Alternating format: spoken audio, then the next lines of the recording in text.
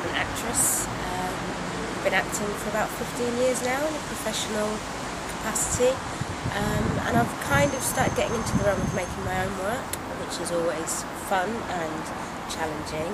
And I've just got in this year. I've been starting to make some short films, from writing to kind of getting to the whole pre-production area. And today is the first step on the first short film that I'm making, I guess. I'm acting in it as well, but the most interesting part for me is the pre-production. So getting the right people together, getting a really nice team, kind of draining everybody of ideas and contributions. So today is the first meeting of the whole team. We're making a short film, and we have 2 actors, a director of photography, and a first assistant director. So we've all met today, doing a couple of test shots, discussions of the script, any ideas that the DOP, the director of photography, has for particular visual shots would be very interesting. And this is the first port of call, after which we come up with a shooting script and then a shot list, and then we start going into production, which is where we work out how many days we'd need of filming, how long we can get the location for. This was our first idea for a location, but after the test shots and doing the sound test, we've kind of realised that it might not be optimal. So we're thinking of moving to somewhere else that would be a bit more open. We wouldn't have to worry about the traffic in the background. All these things have to be thought of now, because if you start filming and then become aware of it, it's just going to be irritating. So I got into the business. I was in a children's programme called Grange Hill when I was about 12. Did that for about 4 years and knew that that was what I wanted to do. I wanted to be on a film set. I wanted to have fun. I wanted to get paid to have fun and enjoy my job. My mum always encouraged me to find out what I loved from a very young age and stick at it, really, because she believed that if you wanted to be happy, the key to being happy is to be doing what makes you happy for the majority of time. So I decided that acting was what I wanted to do. I went to university, didn't do acting at university because I needed a kind of backup plan, but had the full aim of getting back into it when I graduated, which I did. What did you study at university? I studied psychology and English at university, at Manchester University, and I loved every second of it. It was very interesting. To me, that's what university was about. It wasn't about getting a vocational job and sticking to something I was going to do forever. It was about doing something that interested me, that I wanted to learn more about. And psychology and how people think and why people behave in a certain way. It's always fascinated me. And I think it feeds into acting quite a lot, so it's held me in good stead so far. But once I graduated, it was about finding how to get back into acting again, having not gone to drama school, having not taken a very traditional route. But I think most artists really find their own way. Everybody kind of has their own path and paves it themselves. So I started doing that, and I kind of started back in theatre, actually. Certain connections that you make, and then would recommend me for certain jobs, and I'd go up for it and I'd get it, and so kind of became a little bit unpredictable.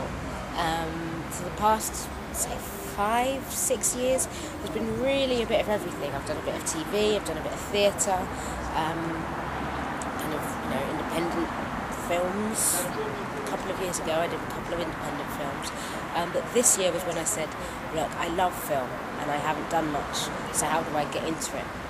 And that really motivated me to start working on film scripts and trying to make it my own. Film is called The Offer, and it's basically about an interview. We have Isabel, who is 24. She's been up for a lot of jobs. She's handed in a lot of applications, but as is pretty much the story with most under 30-year-olds, under 40, under 50-year-olds in this country at the minute, that there just aren't the jobs out there. So she's kind of at the end of her tether, and she is in desperate need of a job. Helena is the other character, and Helena is the lady who's interviewing her, and she's not quite what you would expect from somebody holding an interview. But I'm not going to say any more, because that's the beauty of the film. But yeah, so it sounds quite simple, But obviously with any kind of visual thing, you want to layer it up so it's not very boring. Yeah. Okay, thanks Ayesha. Thank So you. what have we got over here now? So right now, this morning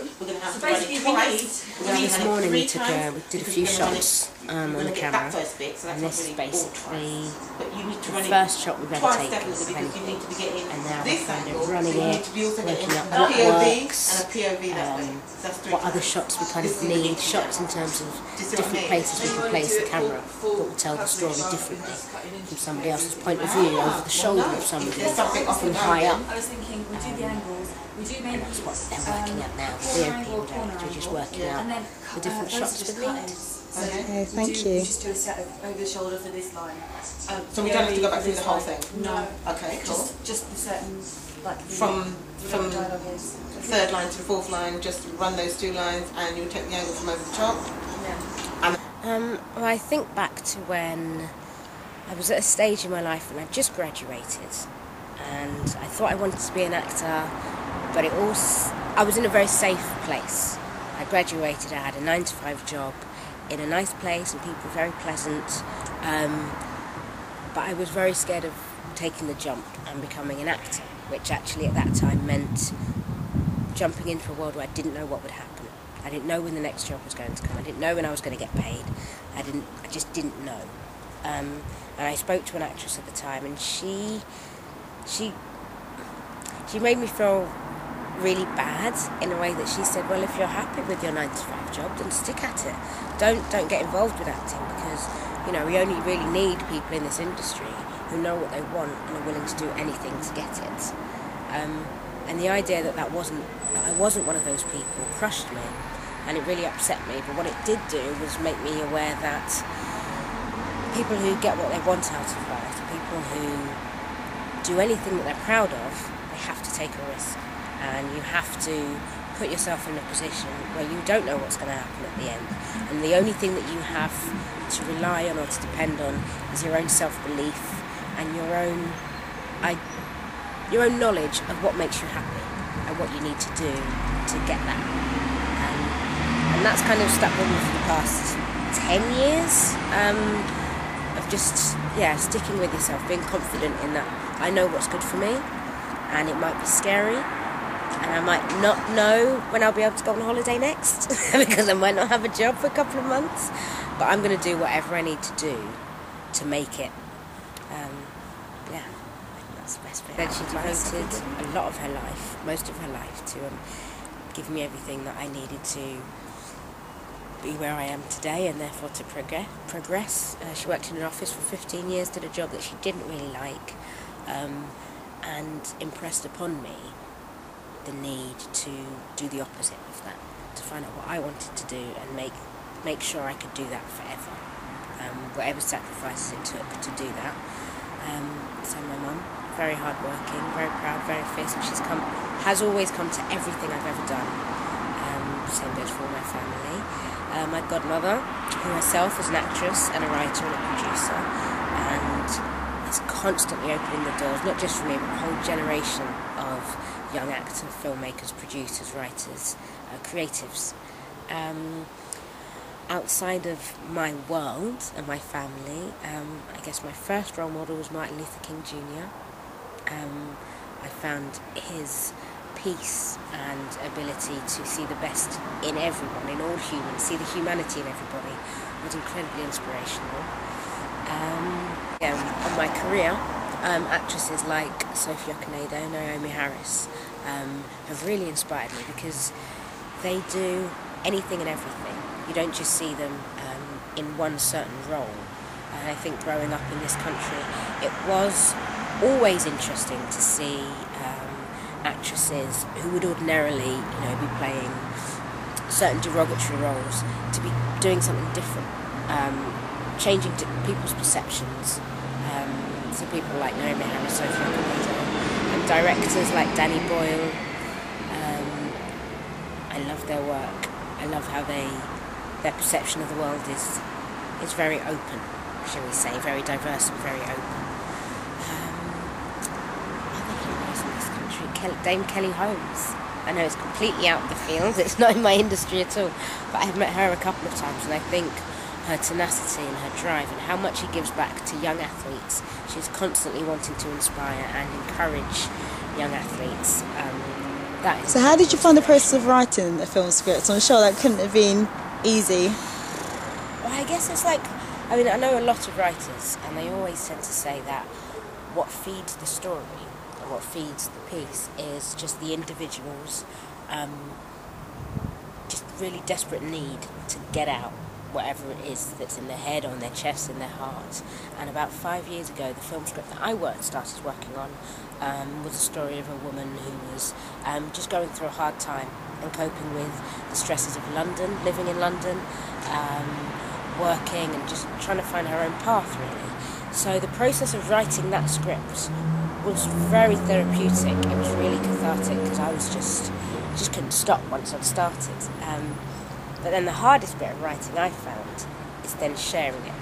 So once you've opened your heart, it's then allowing somebody else to have a look at it and being critical about it and telling you when something isn't really necessary or isn't needed. And that has taken me quite a long time, actually, if I'm honest, to go through that part of it. And that's the most essential part, because anybody can write anything, but if you keep it to yourself, nothing's going to ever get done with it. So I think the first lesson I learned from that was, don't be greedy, don't be precious, and share it, because all you can do from that is learn. A couple of years ago I was very lucky to do a play with a very famous playwright called Alan Ayckbourn, and with that play we went to New York and performed off-Broadway, and the fact that my family came out to see it, as well as my family in New York, they all came to the theatre, and that was an amazing highlight, because I think this profession you can be very selfish, because you have to look after yourself, you have to be quite selfish, it's quite a harsh business, and to be able to share that with your family and friends was, it was beautiful, it was really beautiful. Speaking of which, I did a feature length film for Disney when I was about 15, and my grandparents in the West Indies in Dominica, they saw it, and that was amazing, that was really amazing. And I guess this first step of making my first short film is a major highlight, and I'm really grateful for the process of making the interview and contributing to this, because it reminds me that this isn't just a normal day.